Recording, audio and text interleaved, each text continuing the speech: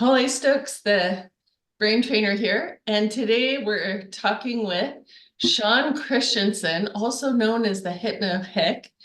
And Shaun has been doing at least 20 years in this field of hypnosis, works with stage shows, sports hypnosis.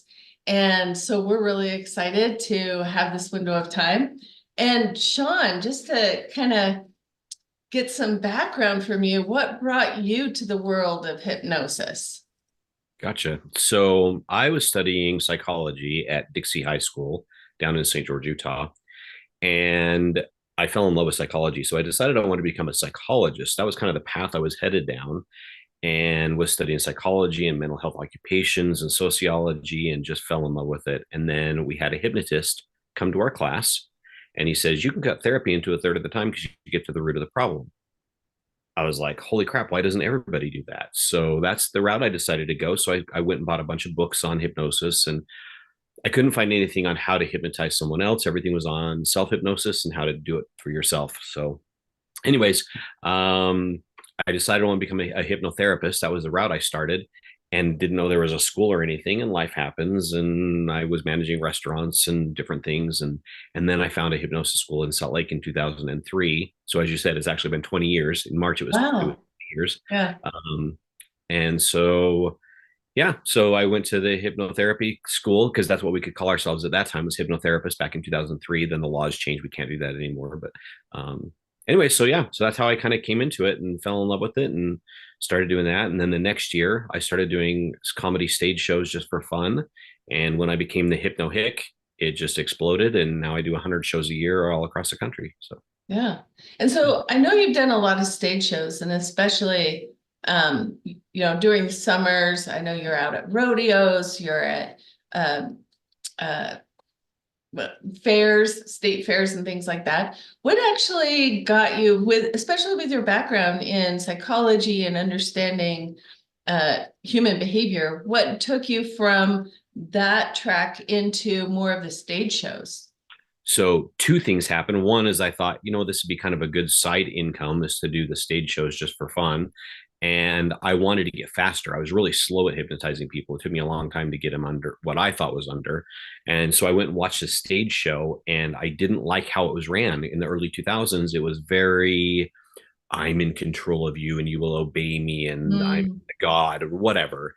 And it was horrible, and I didn't like it. And so I wanted to give it a different feel, meaning more empowerment, explain what hypnosis is, have a very empowering thing at the end of the show. And so I took that and ran with that. So yeah. that's kind of what happened. But then when I became Hypno Hick, and it exploded, like all the fairs wanted it and small towns love it. And so then I started doing about 30 to 40 shows a year, I thought I need to make a decision. Am I going to do this full time? And so once I made that decision, it took me a couple of years to make the decision. Once I did, then boom, I was at 65 shows and then 80 shows. Now I've done 99 shows this year so far, and I've got 3 on Saturday and 1 on Sunday. So I'll be at 103 by the end of the year. Wow. So, when you talk about it took you a long time to hypnotize people, like what was kind of that window for you? It was probably 20 minutes. I was doing a progressive muscle relaxation, and I didn't know a rapid induction or how those works. I didn't learn those in hypnosis school. Yeah. And so it just took me what I perceived as a long time to get somebody into a trance. Like I said, progressive muscle relaxation, um, and then a deepener on top of that. Yeah.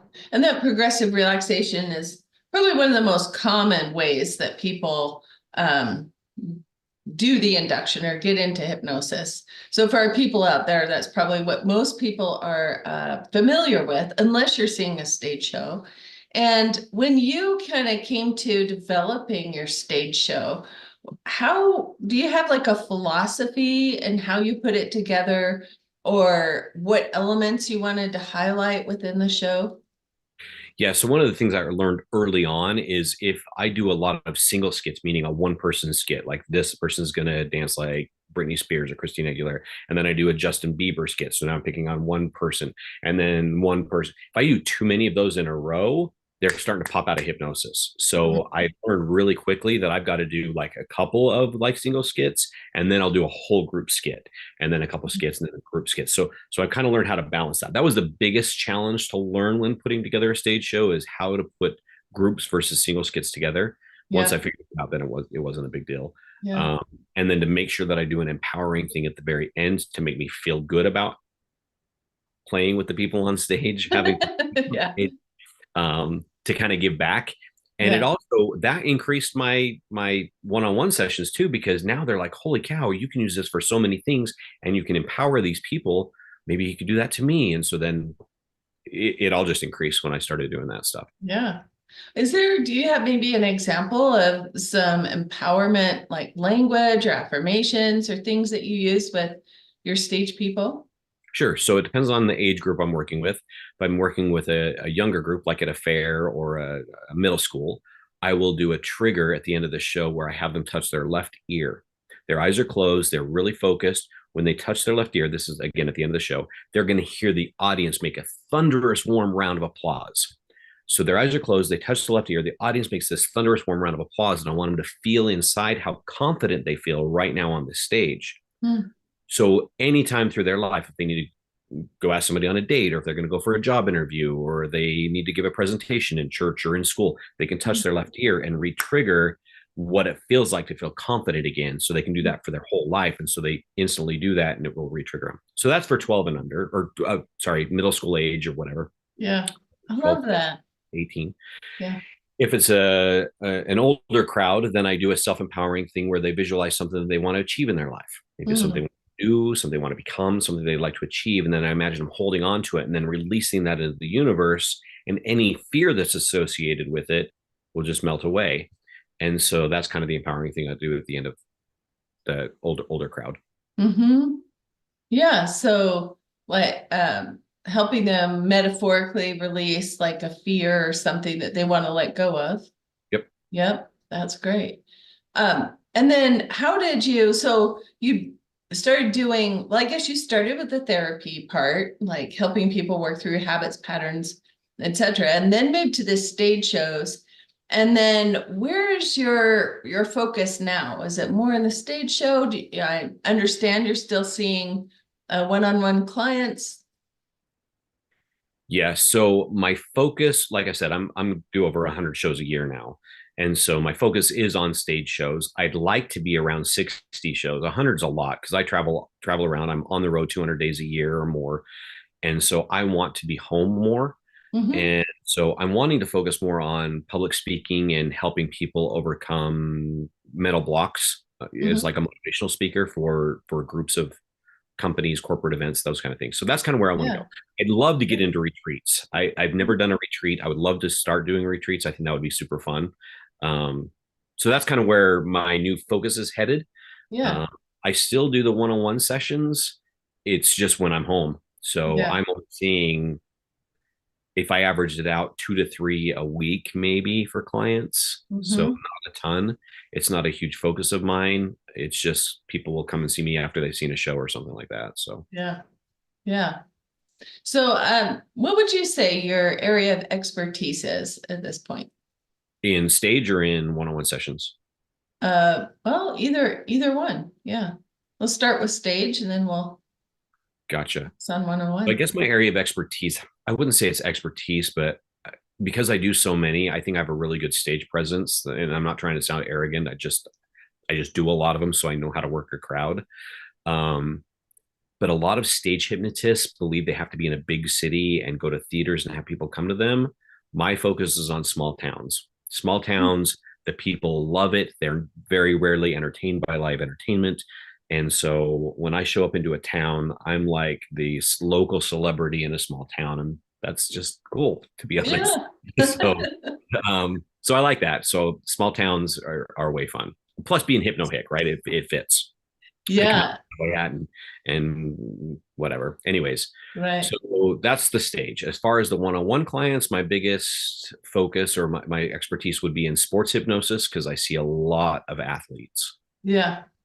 Nice. And it's kind of a good fit with a lot of the background. I know you work a lot with the high schools to help support and sponsor the sports teams, and then also working with rodeos. So is there any like story or example of maybe um, some client that you worked with that saw amazing results from your work, either on the stage or in the one-on-ones? Oh man, I've got all sorts of stories. Stage. So I had done a show in a small town in eastern Utah, and I went back a year later to do the fair again. And a dad come up to me and he says, "I don't know if you remember, my son was on stage last year, Mm. and you did this empowering thing at the end." And his big thing was he wanted to go on an LDS mission, but he was really afraid to talk to people. And so after that, he was super confident, super excited, went on his mission, was loving it. So that was a cool thing to have happen. Yeah. As far as like in a one-on-one session I for just, athletes, two big stories. One was I was at a rodeo and somebody asked me to hypnotize her. She knows a hypnotist, and she wanted to tie a goat in 3 seconds. Average is about 4 seconds to tie a goat in. okay. And I thought, holy cow, that's really fast. She tied it in 3 seconds, exactly on the dot. So Wow. that was super cool. And then another guy had come to me and he'd never won a rodeo at all. And so he came to me for what's called steer wrestling. And so I worked with him. And the next weekend he went and won a saddle, which means he took the championship that weekend. So he was super Wow. excited. He came and saw me for months after that. Brought Yeah. his bull riders and bareback riders. And yeah, that was super fun. Yeah. That's great. I really just wanted to highlight the story that you shared about the stage show and the kid who was on stage, and that you had this empowerment piece at the end, and it made an impact even to being able to move forward in the ways that he wanted to, and Sure. that someone came back a year later. So is there some kind of like language about that, or something that you would tell people that are looking for more of that empowerment or that confidence? So this was in a group session. So in group sessions, I don't know what their issue is that they want to work on. So it has to be very general. A lot of hypnotists think they need to know all the details and all of the little stuff. You don't need to know everything. For instance, I don't know anything about soccer or tennis, and I can still work with those athletes because I don't need to know the language. They do. They know what they're talking about. I don't need to know that. I'll explain that in a little while. But anyways, so as far as the language that I use on stage, I have them close their eyes and I want them to imagine something that they want to achieve in their life. So close your eyes. Think of something you want to do, become, or achieve. Doesn't matter what it is. Something you want to Can do. I play along? Yeah. Okay, Yeah. great. Okay. Okay. So take a deep breath in. Exhale all the way down. And I want you to think of something you would like to do, become, or achieve. Doesn't matter what it is. Something you want to do, become, or achieve. You got something? Yeah. Perfect. So in a moment, I'm going to count to the number three. And when I say the number three, I want you to pretend, imagine, or visualize that it's right in front of you. Crystal clear image of something you want to do, become, or achieve. 1, imagine if it's becoming more and more clear. 2, becoming even more clear, almost as if it's in front of you right now. And now number 3, imagine as if that thing that you want to do, become, or achieve is in front of you right now. Now, this thing that's in front of you probably has some fear that's associated with it. Because anything we want to achieve in our life, the reason we don't achieve it is because of that one word called fear, spelled F-E-A-R, fear, F-E-A-R. That stands for false evidence appearing real. When we realize that it's false evidence that holds us back from achieving our goals, we can break through that barrier. We can do, we can become, or we can achieve anything we want to in our life. So in a moment, I'm going to have you hold on to this thing you want to achieve. Then what's going to happen is I'm going to count to the number 7. When I count to the number 7, I want you to release that thing into the universe and let it come back to you by what is called the law of attraction. So imagine this thing that's in front of you. In a moment, I'm going to have you hold on to it. You're going to release it into the universe, let it come back to you by what is called the law of attraction. Now, in a moment, I'm also going to say the number 7. When I say the number 7, your eyes are going to open. You're going to be wide awake, feeling fantastic and energized in every single way. Any fear that's associated with that thing, when you release it into the universe, will just melt away. The fear will be no longer. So I want you to reach out and grab onto that thing right now. And on the count of 7, you're going to release it into the universe, let it come back to you by what is called the law of attraction. On the number 7, I also want you to say the words, I am power. The reason I want you to say the words, I am power, is because you are a powerful human being. You can do, you can become, or you can achieve anything you want to in this life. It doesn't matter what it is. So in a moment, I'm going to say the number 7. When I say the number 7, your eyes are going to open. You're going to feel fantastic and energized in every single way. You're going to release that thing into the universe, let it come back to you by what is called the law of attraction. And also on the number 7, your eyes are going to open. You're going to say the words, I am power, because you are a powerful human being and power is for use. So 1, take a deep breath in. 2, exhale all the way down.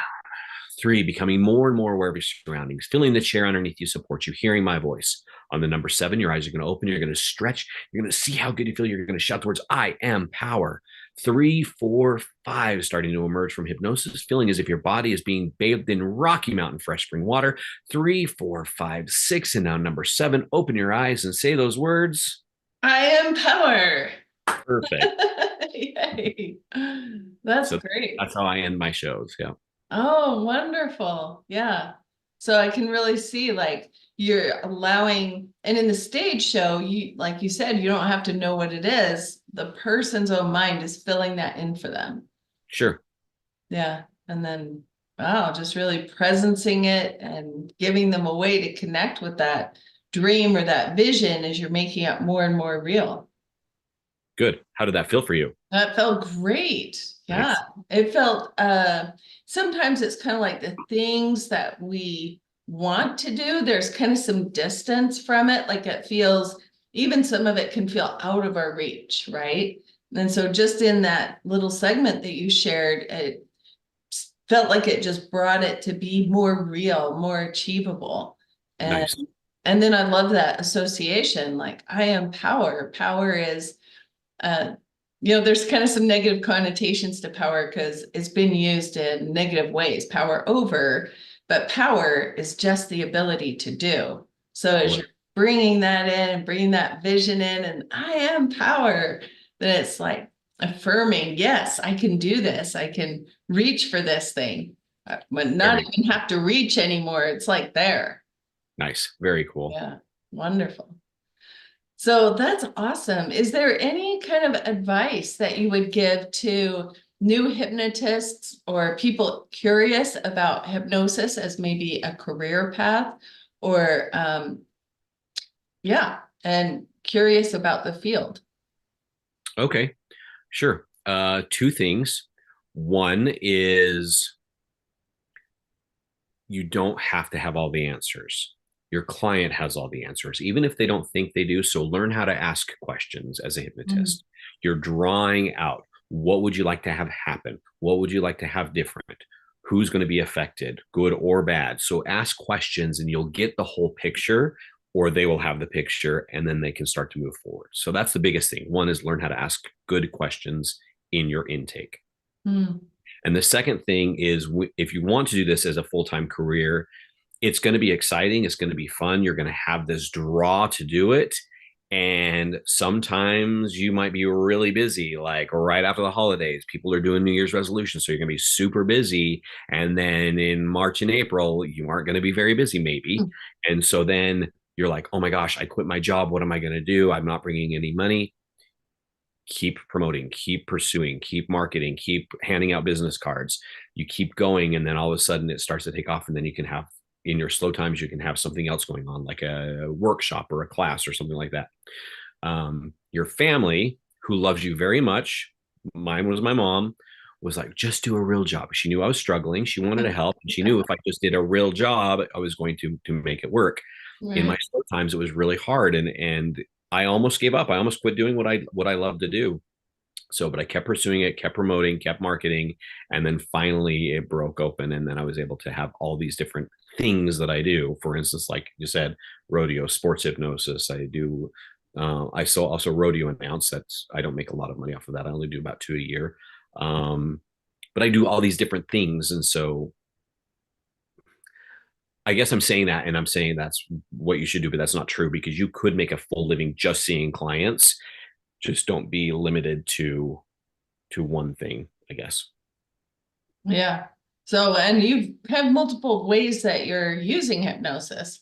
So of course you do the stage shows, and then you said you found other ways to work with groups and I love that you go to the sports groups in schools, and a lot of them have challenges and funding, getting the equipment they need, getting the uniforms that they need. How did that come about as you're creating those fundraisers for schools?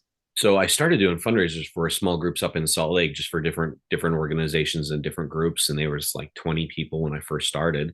And then I found that, oh, all these groups need fundraisers. So I'd see somebody in like Walmart and they were wearing like a coach uniform for a baseball team or something, and say, hey, are you a coach for that team? Yeah, I'm a coach. Cool. Hey, I do fundraisers. It's no cost to you. We do a 50-50 split of the door up to I minus $600. So once we make 1,200, I get 600, you get 600. Anything over that's all for the fundraiser. If we only make 400, then I take two, you take two. They're going to promote, I'm going to promote, we're going to do more than that. And so that's been a huge thing. So once I started doing that and just talking to people, when I see them wearing a uniform or even a teenager at Walmart, I'll say, hey, if you need a fundraiser, let me know. um, I contacted a bunch of FFA groups, which is Future Farmers of America. When I Hmm. contacted them, I started booking a bunch of fundraisers for that group. And so I do 6 or 7 of those a year. Um, but as far as the sports, that's what I do. I also tell them that if I'm Cool. doing a fundraiser for that sports group, then I will go earlier in the day and work with their whole team. So the wrestling team or the football team or the basketball team, and I'll work with the whole team to get their mindset correct. Yeah. And that's really created win-wins in those fundraiser relationships. Mm-hmm. Yeah, that's great. Yep. Well, is there any other like small demo tool that you would like to share with our people today? Demo tool. What do you mean demo tool? Um, maybe show some rapid hypnosis. Okay. Okay. I've never done that on Zoom. Okay. Can Um, our audience play along too? okay, sure. Okay, Okay. so for new people, the difference between a rapid induction and an instant induction is a rapid induction is anything less than 2 minutes. An instant induction is anything less than 10 seconds. So we're going to do a rapid, which is 2 minutes or less, and we'll do something like that. So here's the key in hypnosis. Once I have them visualizing something, that's being accessed by the subconscious mind, which means hypnosis. So, Holly, if you close your eyes for a second, take a deep breath in. Holly, if I asked you to imagine or pretend or visualize that you're in some sort of an elevator, can you do that? Yeah. Perfect. What color is the doors? Silver. Perfect. She's there. That's subconscious. She's already in a light trance, that daydream trance, which is the alpha brainwave state. For her to be able to picture that, she has to be in hypnosis. Now, all I have to do is a deepener. That's how fast this can happen. So, Holly, you're in this elevator. You see silver doors. Tell me where you are in relation to the elevators. Are you, or to the doors? Are you like by the doors? Are you in the middle of the elevator, over by the buttons? Where are you at? Yeah, I'm inside. The doors are closed and there's the buttons on the right-hand side. Perfect. So, I want you to pretend that there's 3 buttons on the elevator. I'm just going to call them A, B, and C. Let me know when you got those. Okay. Perfect. So, in a moment, but not yet. In a moment, I'm going to have you imagine yourself pressing the A button. And when you do, allow the elevator to start to move down. So pretend you're on an upper floor. You're going to press the A button, the elevator start to move down. And as it moves down, just let your body and your mind start to relax. Then you'll press the B button, going down even deeper into a nice state of relaxation. And then a C button into a nice, perfect state of relaxation. So now, Holly, imagine yourself pressing the A button and let the elevator just start to move down. As it starts to move down, let your body and your mind start to relax. Your feet can relax, your shins, your calf muscles, your knees, your thighs, your hamstrings, and your hips can relax. It's almost as if you had complete control over your body and you could command the lower half of your body to now relax. Go ahead and take a deep breath in and press the B button. When you press the B button, allow the elevator to start to go down even more. You can exhale and let your body relax and your stomach muscles relax and your fingers. If you bring your attention to your fingers and your hands, let those relax. And your wrists and your forearms and your elbows, your biceps and your triceps can relax. Good. And I want you to repeat in your mind after me. So just in your mind, repeat after me. I feel calm. I feel relaxed. I feel in control. And that's because you're in control. I'm just guiding you into a state of relaxation. And now press the C button. Let the elevator go down even deeper, taking your body and your mind into a nice state of relaxation. Maybe it's a place you've been to before, maybe not, maybe even deeper than you've ever been before. It's completely up to you how deep you would love to go right now. Soon the elevator is going to come to a stop. When it does, the elevator doors can open. And I want you to imagine or pretend you're somewhere outside in a really nice place, somewhere outside. So as the elevator comes to a stop, the elevator doors open. And I want you to imagine or pretend you're somewhere outside in a really nice place. And go ahead and describe the scene for me. It's blue skies, warm sunshine. There's like a purple tree with flowers on it. Okay, purple tree with Yeah, flowers, blue sky, warm sun. So it's daytime outside, I'm guessing. yeah. Nice. Are you alone or are you with someone? Alone. So you're alone. There's a purple tree with flowers on it and the blue sky and the warm. Are you standing or sitting? Standing. Okay, so you're standing there and you're noticing this tree. Even though you're alone, is it okay if my voice is here with you? Yes. Perfect. So it's you and my voice and this tree. What else do you notice? There's the grass, like kind of like a meadow area. There's grass. There's little flowers in the grass. Good. So there's grass and little flowers in the meadow, and there's that tree and the blue sky and sunshine. You're standing. I want you to find some place you can go sit down for just a minute. Okay. Could be on the ground or a rock or a bush or I mean, sorry, a log. Or tell me what you're sitting on. There's like a bench under the tree. Nice. Oh, under the tree. Perfect. So there's this bench under a tree and you're sitting on it. And I want you to just sit there and you can choose to either just absorb everything you're noticing or you can close your eyes on this bench. It doesn't matter. And as you sit here, I want you to just take a deep breath in and let yourself just relax. And I would love and for you to imagine, pretend or visualize whatever's comfortable for you. And think of something you would like to achieve in the next year, some goal you would love to achieve in the next year. Doesn't matter what it is. I want you to just think of that goal that you want to achieve a year from now. So for those of you watching, today's December 27th, I believe, 28th. So a couple of days after Christmas. So by next Christmas, maybe next New Year's, you have this goal that's achieved by next year. And as you sit here and thinking of this goal that you want to achieve, I want you to imagine that a future you, 1 year from today, is walking towards you. And this future you has achieved that goal. So imagine, pretend, or visualize this future you, 1 year from today, is walking towards you. And she's achieved that goal that you're wanting to achieve right now. She's done it. She did it. She knows exactly what it took to get there. She accomplished it.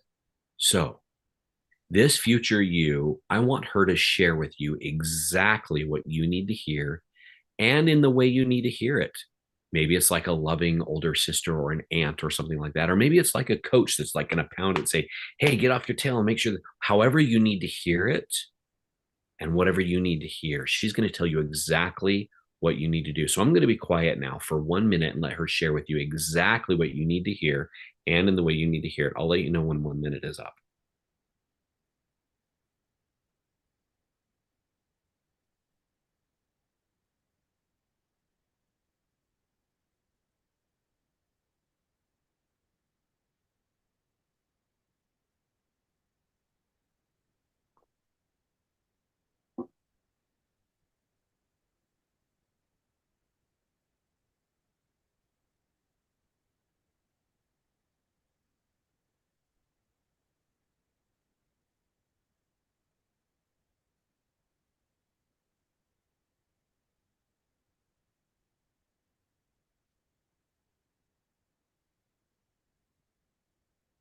I'm going to give you about 20 more seconds. I'm going to give you about 20 more seconds.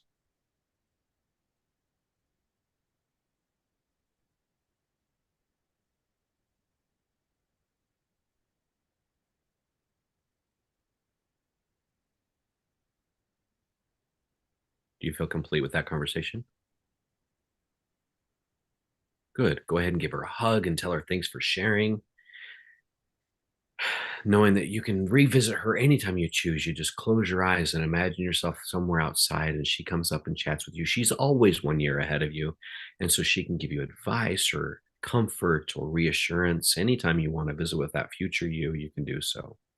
So give her a hug and send her on her way. And she leaves feeling that you have the power and the strength and the courage to move forward and achieve that goal that you would love to achieve in the next year. And let whatever she shared with you sink in deeply into your subconscious mind, into all of your cells and all of your being, and feel motivated and encouraged to go out and do what you need to do to achieve that goal. So now, as you're sitting on this bench underneath a tree with a blue sky and the sunshine and the grass and the flowers in the meadow, and it just feels so calming and relaxing.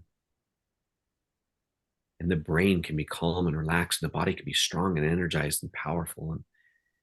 And let's go ahead and imagine yourself standing up from that bench and you're walking back towards that elevator that we went down. And as you get to that elevator, just bring back with you all the knowledge and the calmness and the reassurance and even the gratitude. And just go ahead and step inside that elevator and allow the elevator doors to close. Are you inside the elevator? Yes. Good. Let the elevator doors close. And right now you're on level C, so go ahead and press the B button. Coming up, bringing back with you all the information that future you shared, the calmness, that place where you could go and just relax and check out for a few minutes. And press the A button and you're coming up, becoming more and more aware of your surroundings. And the elevator doors open and you're in your room and you're sitting on your chair and you're hearing my voice. And on the count of 7, your eyes are going to open. I want you to stretch and see how good you feel. 1, take a deep breath in. 2, exhale all the way down. 3, feelings of your body's being bathed in Rocky Mountain fresh spring water. You're starting to be more energized. 3, 4, 5, bringing back with you all that information that future you shared. 5, 6, and now number 7, open your eyes and stretch. Yeah. Oh, that's good. So that was a whole hypnosis session, and it took 10 minutes, maybe not even that long. I didn't pay attention when we started. Yeah, So, and that induction was pretty fast. It was yeah. probably what, 3, 4 minutes maybe? Yeah, probably. That's great. It used to take me longer than that just to get them hypnotized. Now I can do it super fast. I've learned different techniques that, man, this is super easy. You can And pick something and do a deepener. Super easy. yeah, that's great. Really refreshing. And, in my background with hypnosis, I came through with hypnotherapy. And I kind of had a bias like, oh, stage shows, they're just doing antics and stuff. But then you and I ran a hypnosis training together, and I just so appreciated how streamlined the inductions can be. Like, I learned so much from you Well, thank about you. stage show, about just even getting people into a hypnosis state fast, and the deepeners. There's just you have a wealth of information and knowledge. So I just really appreciate that. So if people are looking to check out what you offer, and I know you do some trainings and some mentorship, where can they find your information? Sure. I'll tell that in just 1 second. I do want to advise them on something. Yeah. So for those of you that watched, did you notice that I was asking her questions? Tell me where you are. Explain a scenario for me. Her doing that enhances her deepening. There is a conscious part that has to answer, but her having that experience can make it even go deeper because she's telling me, she's making it more real, being more vivid. So don't be afraid to ask your clients questions while they're in hypnosis. You don't have to be the one always talking. Let them tell you what's happening. So there's that. Great. So Thank they you. can find me under Hypno Hick. That's the easiest way. I'm on Facebook, Instagram. My website's hypnohick.com. Everything's Hypno Hick. My one-on-one sessions is under Alpine Hypnosis Center. That's just a little harder to find. So just Hypno Hick, super easy. And yeah, I do trainings and coachings, and I want to do retreats with other hypnotists. I think that'd be super fun. So, yep. Great. All right. Thank you so much for sharing and coming on to do this interview today. Any Yeah, kind thanks for of having me. last advice for people looking at the field of hypnosis? It's just the best career ever. You get to change people's lives so fast. You get to watch them transition right now. And yeah, just do it. People are afraid to go out and do it. Just do it. Yeah. So, Amazing. yeah. Awesome. Thank you so much. Hey, you're All very right. welcome. We'll see you next time, everybody.